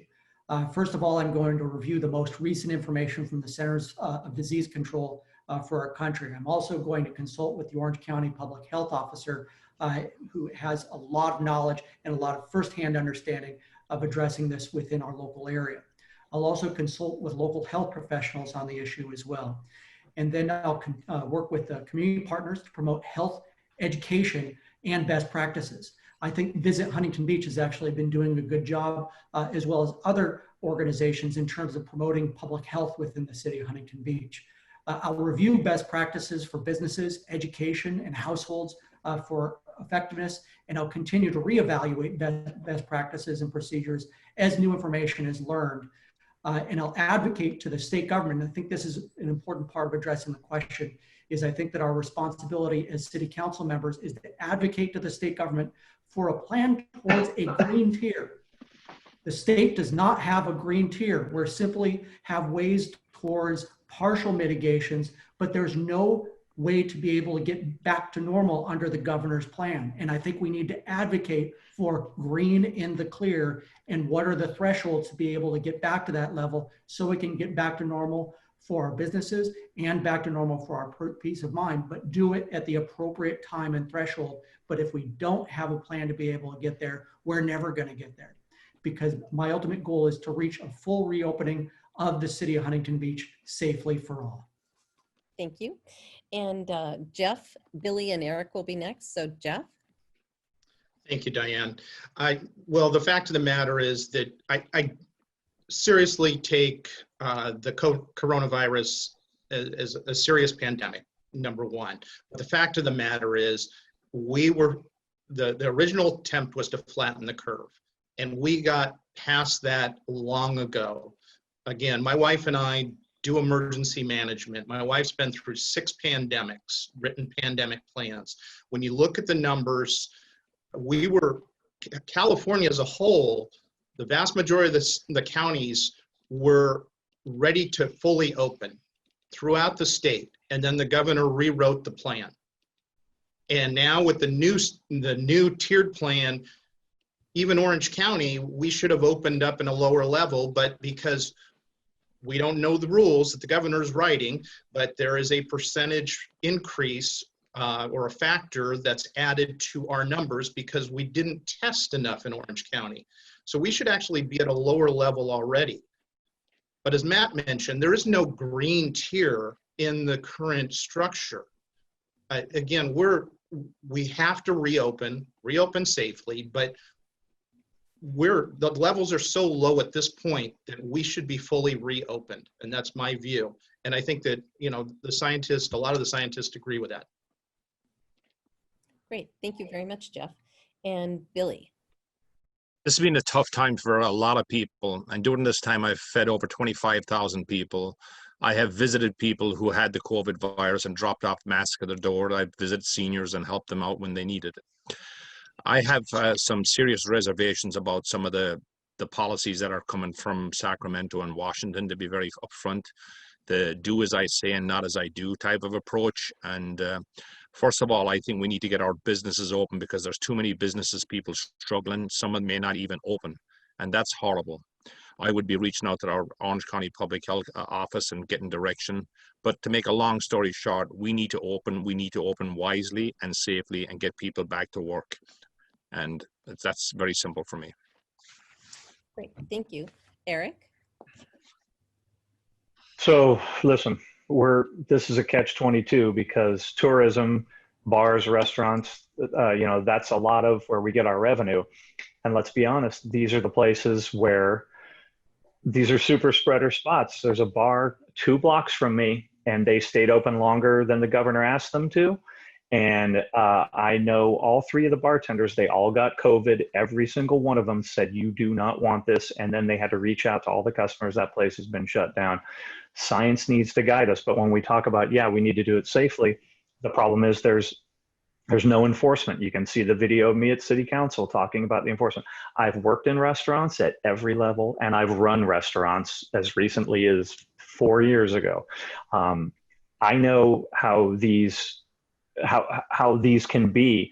So we have to do this safely, and we have to enforce it. The problem is we don't have an enforcement arm to go into a restaurant and say, why are all these people hugging each other and drinking and saying, we had places operating as a speakeasy. No one was ever going to do anything about it. Also, we have people running for city council who post pictures of them basically hosting super spreader events. I can guarantee you, if you come by my house on Saturday, I will stay 6 feet away from you outdoors in the sunlight, as Dr. Agus of the USC Keck School of Medicine has said, and I will have a mask on me, so if we need to get up close, but you will not see me in pictures hugging people and getting up close to them, because number one, my wife would throw me down the stairs, and number two, I'm following the science. So listen, yeah, we need to do this safely, but we need to lead. The city council needs to lead on this issue. I want to see members of the city council in bars, in restaurants, in hotels with masks on. I don't want to see members of the city council hugging 19 people and showing up at events where they're the only one not wearing a mask. I know that's been popular here in the United States, but it's not popular with me. Like I said, I have a vested interest in getting these bars, restaurants, hotels open. My wife is in that business, but she wears a mask every day she goes into one of these places. And I was actually tested today in the Westminster Mall parking lot. Thankfully, I came back negative, because I can't see my nephew and play with him unless I show up with a negative test. So I have friends and family who are doing better at enforcement than our city is. And listen, it's impossible. We don't have an enforcement arm for this, but we need to be smart about it. And the city council needs to lead, and they need to set the example. I don't want to see any of you out there not masking and hugging people. You guys can send spies to my event on Saturday, and I will be 6 feet away or masked up. Thank you. Thank you very much, Eric. Okay, and Dan, and then John. Thank you. To answer the question, which is, we've gone around in circles, and I think we kind of drifted off, which was, yes, I would enforce the state mandates, state regulations and guidelines. I'll tell you a story. My wife's going to hate this, but a couple Saturdays ago was my wife's 40th birthday, and we've been in the house for 6 months, and so I organized a bunch of her friends to drive by in a parade. The first couple friends, she didn't really know what was happening, and then she saw the other 10 cars, and she just broke down. I thought it was great. We had a lovely time seeing everybody drive by and wave, parents and grandparents of our daughter, and a bunch of her friends from college and high school and elementary school. It was great. It hit me that night that we've been closed for 6 months, that we couldn't have all our friends over at our house. And it's because we aren't following health guidelines in the city. We aren't following health guidelines in this county. We are, I would say, a black check in a lot of people's books for what not to do. And I think that as a candidate, I've been communicating with public health officials already, folks that are working at Harvard, folks that are talking to folks in San Diego, and talking to them about what we need to do to get open. And that requires a mask mandate. I want to get us open as fast as possible. I want to get us safe. And we need to make sure that, if folks are wearing masks, we got hand sanitizer. When I go out, I'm wearing double masks. I'm wearing my N95 mask covered with another cloth mask, just to make sure, because I've heard this thing is horrible when you get it. I've got at-risk parents that we need to keep safe. They don't get to see their 16-month-old granddaughter because I've got to go out to work. And so it's something that we need to make sure that our folks are being safe. But we need to lead, and our council members need to be in masks at meetings. I still don't know why we're doing in-person meetings when we have the technology to avoid it. It's absolutely mind-blowing. And then we're all there. We got a bunch of folks that are not wearing masks. You can host a meeting with a mask on. You got microphones. It's crazy. Once we get the vaccine, sure, we get to green level. They get rid of the emergency and we open back up. Once we reach the level of immunity that's needed in order to not spread this in such a catastrophic way. But if we can get our numbers down far enough, we can start contact tracing, and then we can get open faster. There's a public health manual. I wouldn't be talking to people in Orange County. I'd be finding other states that have been doing this successfully, other countries that have been doing this successfully, and use them as a model and not use Orange County as the model for this. We need to lead. and leading by example is wearing a mask in public, wearing a mask at city council meetings, and then also a public health crisis and personal responsibility do not go hand in hand. We need to make sure that we have enforcement very similar to Costa Mesa, and that we're serious about this, or we're never going to get open until there's a vaccine. We can get open faster with masks. Thank you. Thank you very much, Dan. Okay, John. Oops. Oh, I'm unmuted. Cities are a delegated function of the state of California, even charter cities. We have to follow the rules. They set the rules, they make the rules. This city already spends way, way too much money on legal bills, stupid legal bills, in my opinion. The city council obviously voted and paid for and agreed to all those legal bills because the city doesn't take charge and forge ahead on legal expenditures and adventures that the city attorney makes up on his own. But we spend way too much money, and going out and going against what the state constitution, power of executive order, and all that stuff allows makes no sense. So the bottom line is we need to do what the state says. It also avoids giant risk under insurance policies and liability. I'm pleased and proud to say my school district, the Ocean View School District of Orange County, and our administration has worked diligently with a capital D to find every single possible way to open up our schools legally and in compliance and safely, actually in the order of safely and legally and in compliance. And we're going back to school next week with in-person teaching, unlike other districts who couldn't find it in their heart to do their job, to teach children in a classroom setting where our teachers are credentialed and licensed to teach that way. So we need to obey, we have to follow what the state says. We don't have to do anything, but at grave consequence and cost with legal bills, we need to follow what the state says, advocate to change and do things differently. But my opinion is we learn, read, and do what the state says, and then figure out how we can get done what we want if possible. That concludes my remarks. Perfect. Thank you very much. All right, so I'm going to go to a couple more yes and no questions, and we'll do the same thumbs up and give the chamber staff an opportunity to record your answers. So the first question has to do with a ballot proposition. In fact, they're both ballot proposition questions. On the ballot is Proposition 15, which would take away Prop 13 property tax protections from 1978. Do you support Prop 15? Thumbs up, thumbs down. All right, and Billy, if you could hold yours up a little more, we have to wait for. Hold on 1 second, and then Natalie. Okay, let's go Natalie. Oh, and then Eric is okay, got it. Okay. Oscar's and up. Oh, Eric, you don't get to be neutral. Yes, no. Well, I object to the characterization of the question. It doesn't remove all of Proposition 13, so I disagree with the premise. So taking away all Prop 13, no. But for commercial business and industrial business is the Prop 15. Yes. Thank you for the Well, I haven't decided totally, but yeah. Thank you. All right. And then, so we'll get to another ballot proposition. And I think I've written this one better. Also on the ballot is Proposition 21, which would allow local government to enact rent control. Do you support or oppose rent control? And again, thumbs up, thumbs down. Mr. Hansen, I do not see your thumb up or thumb down. I don't know my answer at this time. I'm sorry. No problem. All okay. Right. Got it. Got it? Yep. Okay. Perfect. Okay, so the hardest part is all done. You guys now have your closing statements. And we're gonna go 2 minutes because we had a few people drop off and we may be done a little before 7:30 at this rate.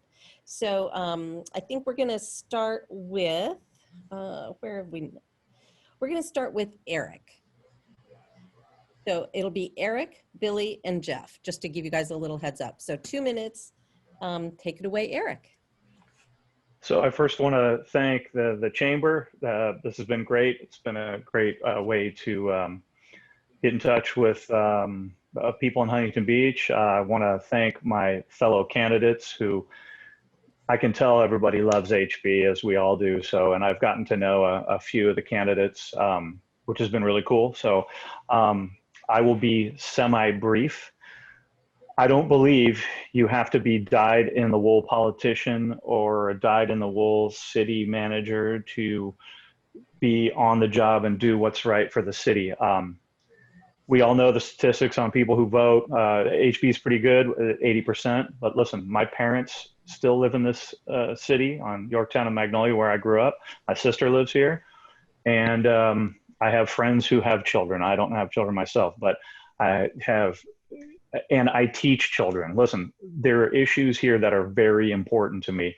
Like I said, I am in the classroom on campus at Edison 5 days a week wearing a mask, although I don't know if that's helping me with the ASCON site. So listen, the issues I've talked to everyone in the community about are going to be the issues I take up. I will be in the community. I will be accessible. I will be anywhere that you need me to be. I'm not beholden to any one special interest. I didn't take any big money donations. I did not have a bunch of money given to me to put out glossy slates. I couldn't afford that. By the way, if any of you want to donate to my campaign, you can do so at silk4hb.com. I'm actual grassroots. So please come by on Saturday. And if any of the candidates want to come by, I have a taco chef's going to be here from Tacos El Azteca. It's a meet and greet the candidate, kind of a ride-by, drive-by in front of my house. So we will have masks. We'll have sanitizer. We will be socially distant at 6 feet. Believe me, nobody is more strict than my wife on this issue. So I'd be stoked if you considered me number 9 on the ballot.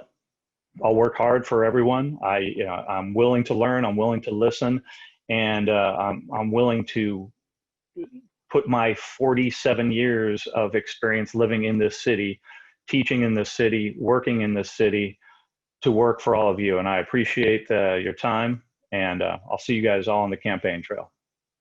Thank you, Eric. And Billy. Hello, everyone. For those of you who do not know me, my name is Billy O'Connell. I was born in New York and raised in Ireland. I came back to New York when I was 17 years of age, worked 2 and 3 jobs to pay my way through college, where I got a degree in accounting from St. Francis College in Brooklyn. In 1990, I came to Huntington Beach, where I was a deputy sheriff up in Los Angeles for many years. I dealt with some of the most vicious and violent criminals. I believe I'm the only candidate running right now who is a former city councilman and a former deputy sheriff. I believe we need a strong, proactive police department to enforce our laws. I believe we need to be proactive instead of reactive. I also believe, and I will work hard to open our businesses, get our people back to work safely. I believe in local control. I also believe I have the experience to help end the homeless crisis we have here in Huntington Beach. In 1998, along with my daughter, I started a nonprofit organization called Colette's Children's Home here in Huntington Beach.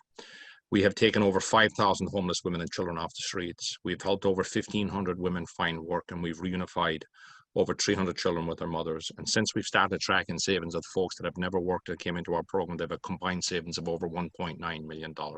I'm a businessman. I've created businesses. I've brought business into downtown Huntington Beach. I know what it takes. And I believe we need a strong economic engine to get our city back to where it needs to be. I also believe in supporting our senior programs. Our seniors were the ones that built our community and left us a good community. So I will continue to advocate and fight for our seniors like I always have. I believe it's the responsibility of Huntington Beach City Council members to leave something better behind for the people that come behind us. We got to ensure that our children are safe and they have a good opportunities when they do graduate high school or college to come back to Huntington Beach to work. I'm also the person that has stood up to some of the special interest groups here in our city, and I've paid a price. Nobody owns Billy O'Connell.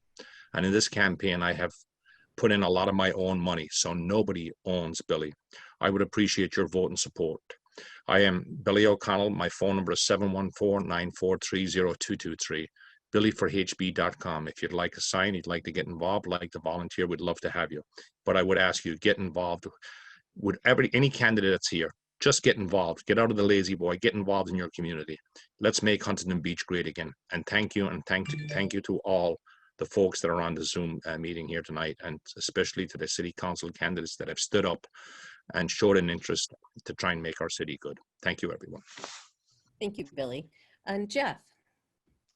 Thank you, Diane, and thank you, Huntington Beach Chamber of Commerce, for this event, because this is really important for the voters to hear all of the candidates, and we're thankful that we have this opportunity.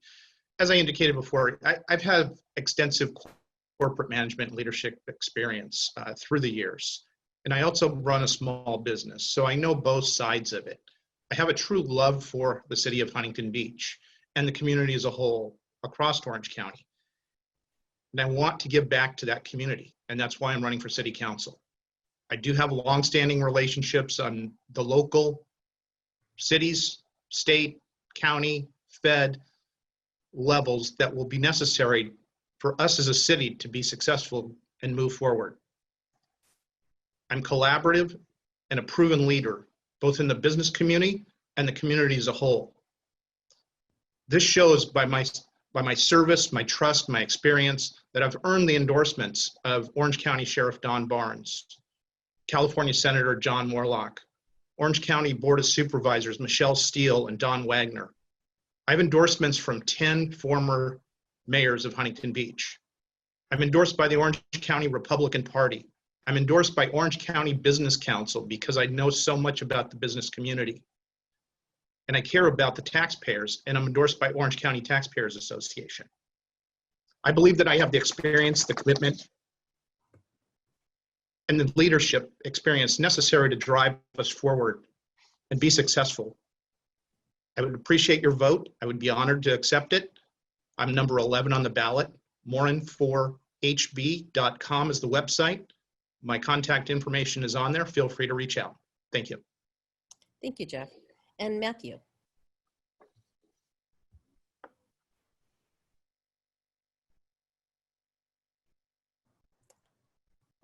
Oop, Matthew, you have to unmute yourself. There you go. I ran for office in 10 elections. And that means that over the years, I've walked at least every neighborhood within the city of Huntington Beach multiple times. I've been able to listen to thousands of people in terms of their input and what they want to be able to see in our city and how they imagine a better Huntington Beach. And that gives me input in terms of making good decisions on behalf of the citizens of Huntington Beach. I think it's important to note that I have a record. People can say what they want during a survey or a candidates forum, but when folks come in and they're demanding a certain policy, I've been able to have a backbone on the issue. Some folks have broken down and gotten soft on the issue, say for instance on rent control, when a big group of people comes in to the city council chambers and asks for it. I've been an opponent of the plastic bag ban, the paper bag fee, the styrofoam ban, the plastic bag ban, the gun control ban, the rent control within the city of Huntington Beach. I helped overturn the fireworks ban. I've been against the pet shop ban, and I've been even against the elephant ban within the city of Huntington Beach. And so I have a record when people start coming after business within the city of Huntington Beach of making sure that I am pro-freedom and pro-prosperity. You've been able to count on me to be pro-free enterprise, pro-private property rights, anti-tax increase, and pro-Proposition 13. I have the most experience, the best qualifications. I ask you to vote for Matthew Harper, who the LA Times called conservative, pro-business, and unafraid for a second term on the Huntington Beach City Council. Thank you very much, Matthew. And we'll move to Mr. Hansen, and then Oscar, and then Thomas. So Mr. Hansen. Mr. Amory Hansen, number 5 on the ballot, a historic choice. Thank you, Mr. Hansen. And Oscar. Yes, thank you. So again, my name is Oscar Rodriguez. I'm number 15 on the ballot. I'm very excited. Our campaign has some very dedicated volunteers that have been phone banking, text banking, and walking around neighborhoods, dropping off literature. I have the experience and capacity to take on the challenges our city faces. I'd like to thank the Chamber of Commerce and Diane for the opportunity to be here today and share our ideas to make our city a better place to live and raise a family. I would also like to thank the voters for being involved and being on this Zoom call. As a longtime resident, I'm very invested in our community. I fought for issues locally that many never really thought was a problem or simply just ignored it. I want to refocus our budget, invest in our youth so they can live, work, and raise a family here in the city. I want to also focus our socioeconomically disadvantaged communities in our policymaking. So I don't think that we as a city have emphasized on these communities. I'm open to meeting with anyone. Please contact me, Oscar at oscar4hb.com, FORHB. And as I mentioned earlier, I'm a person that won't just ask for your vote, but I think that I'm willing to work for it and earn it through the actions that we've been taking on. And that goes to prove how far I'm willing to go to be part of the community and learn about what the community is about, and also hopefully represent our community this upcoming November. So good luck to everyone. It's going to be a tight month, and so looking forward to the results. Thank you. Thank you so much, Oscar. All right, and so now we'll go to Thomas and then Natalie. Thomas? I just want to say thank you to all the candidates. Thank you, Diane, and the Chamber of Commerce for putting on version 2.0 for people to get to know us. It's really difficult to get around a city of 200,000 people in such a short period of time to get to know everyone. So it's really nice to have these type of venues to get to know us this way. 33 years of leadership and service and volunteerism to our city. I'm number 3 on the ballot on November 3rd. It just connects so well for 33 years of service.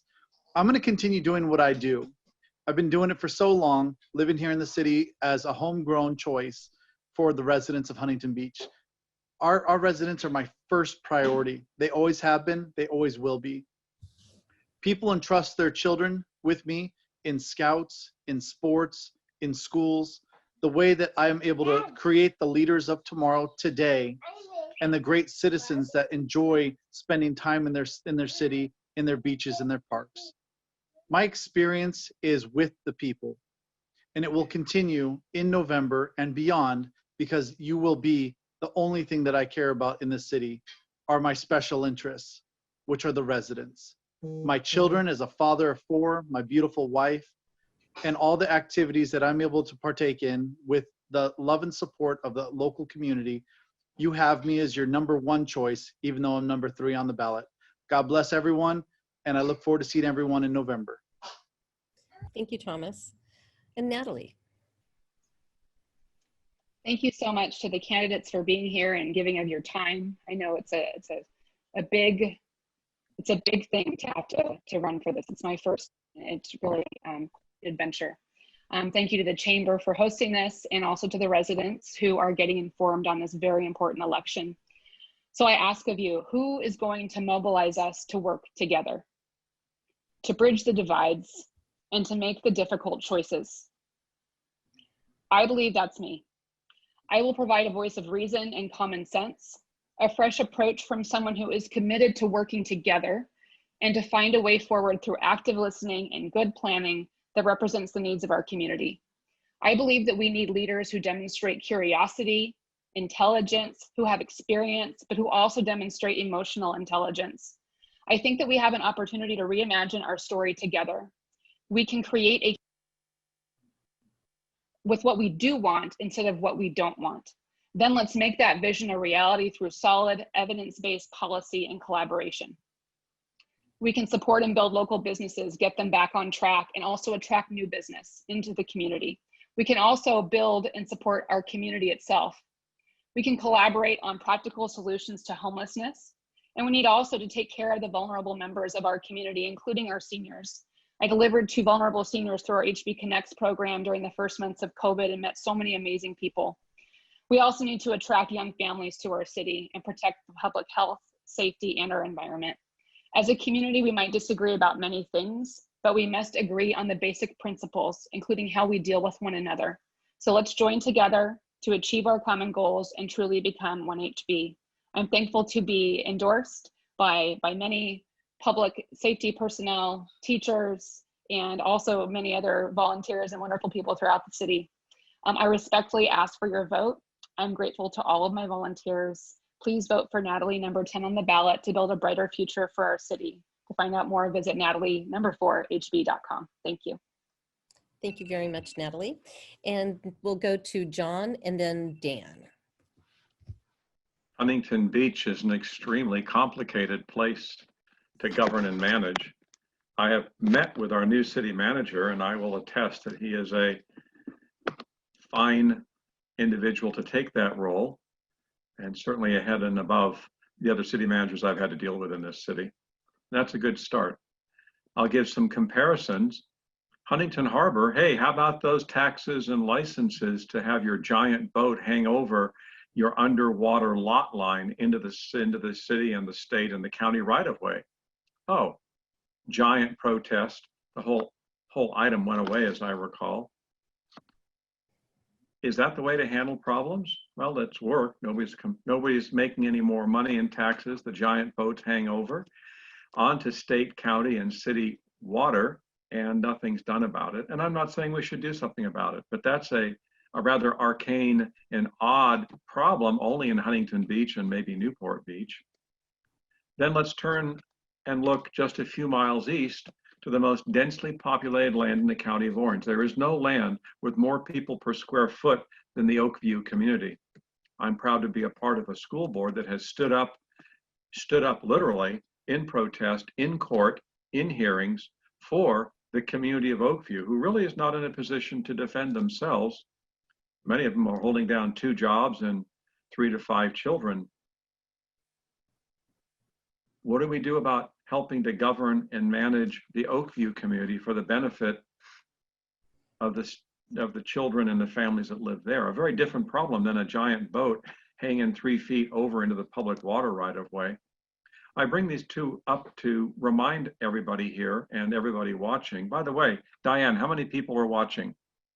Currently it's 54. Oh, okay. For all the people watching, that none of these are easy answers. Drive through the Oakview community. Look at the sorry, sad sack lack of trees and shade cover and vegetation in the city right of way. And then we worry about the boats hanging over too far by the dock. So these are the challenges, and I'm up to it. I've governed for 14 years. I've been through the budget crisis. The last half of my comment here is, there is no money, folks. We're down to the bottom of the barrel. I've been through this process with the Ocean View School District in the last budget crunch 9 years ago, and in the asbestos debacle that we had to figure out. So I've been through that. I'm the candidate that will work through and study through and do the best job figuring out how we keep our city services in place, from our poorest community in the Oakview to our wealthiest community in Huntington Harbor, with the resources we have from the state of California. That concludes my comments. Thank you very much. And Dan. Well, thank you, Diane. Thank you, Chamber of Commerce, for putting this a great event on. It's great to see that our voters can see all of our positions and see us in fake person. This election is going to be crucial for Huntington Beach. We're turning over 3 seats. We need folks that are going to know how to hit the ground running, that are going to have been working in the city government, that know how to move things forward. We're going to have a lot of land use issues coming forward. We're going to have to deal with the Coastal Commission coming forward. And I've been involved for nearly a decade now in city government. I volunteer throughout the community, so I have different circles that I run in to understand the different interest groups, serving as the treasurer and former vice president of the Bolshevik Land Trust, and the Huntington Beach Public Art Alliance, doing public art in the downtown area and hopefully throughout the city. I've served on other environmental nonprofit boards as well. I serve as vice chair of the Orange County Transportation Citizens Advisory Committee, which I've been on for nearly a decade as well. And I was actually just elected vice chair of the Planning Commission on Tuesday night to serve out the last 2 months of the term, but it was unanimous. So other planning commissioners appointed by other folks that we may not agree on everything, but still felt that I had the leadership to serve on our Planning Commission as vice chair. And I joke that I've never been accused of showing up to a meeting ill-prepared. And a lot of folks kind of tend to follow along with what it is that I'm kind of pushed, because they know that I've done the research. I have a degree in electrical and computer engineering from Berkeley. I'm a trained engineer in that regard, and I was taught the scientific method to understand how to read complex documents, to understand what it is when someone's trying to sell you a bill of goods. I started my first business when I was 11 years old, doing computer consulting. Went to college, came back, and then called some clients and started the business that I currently run today, which is IT management consulting for being CIO, CTO for companies. So I understand what it is to be a small business in the LA and Orange County area. I understand what COVID did to these companies. I was working 18-hour days, helping people work from home, changing that modality for working, trying to figure out what I could do with duct tape and WD-40 to solve problems for folks as fast as we possibly could to keep people working. Saved 80 union jobs at a call center, being able to get those folks moving, working from home so that that company could stay in business.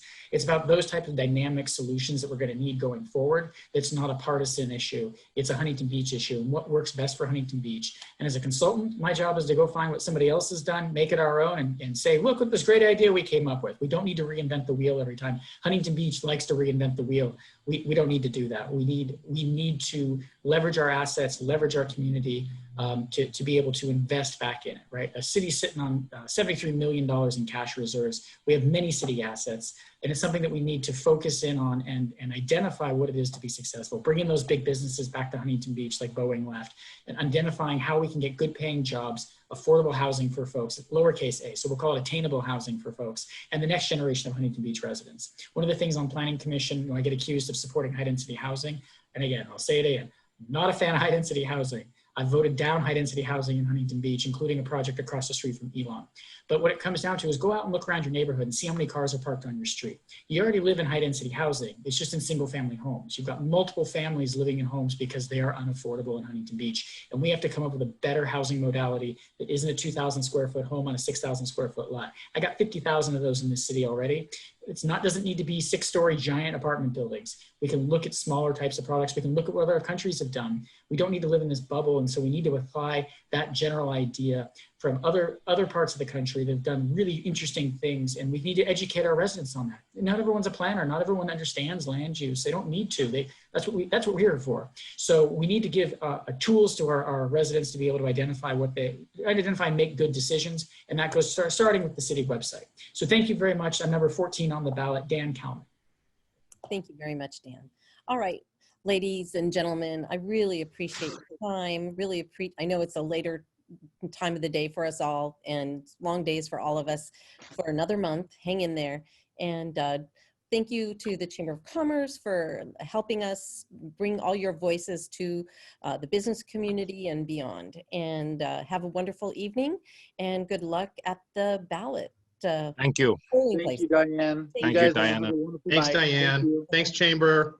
Wonderful job. Thank you, Diane. Appreciate it. Take care, everyone. Thank you Good all. luck. Bye-bye. Bye.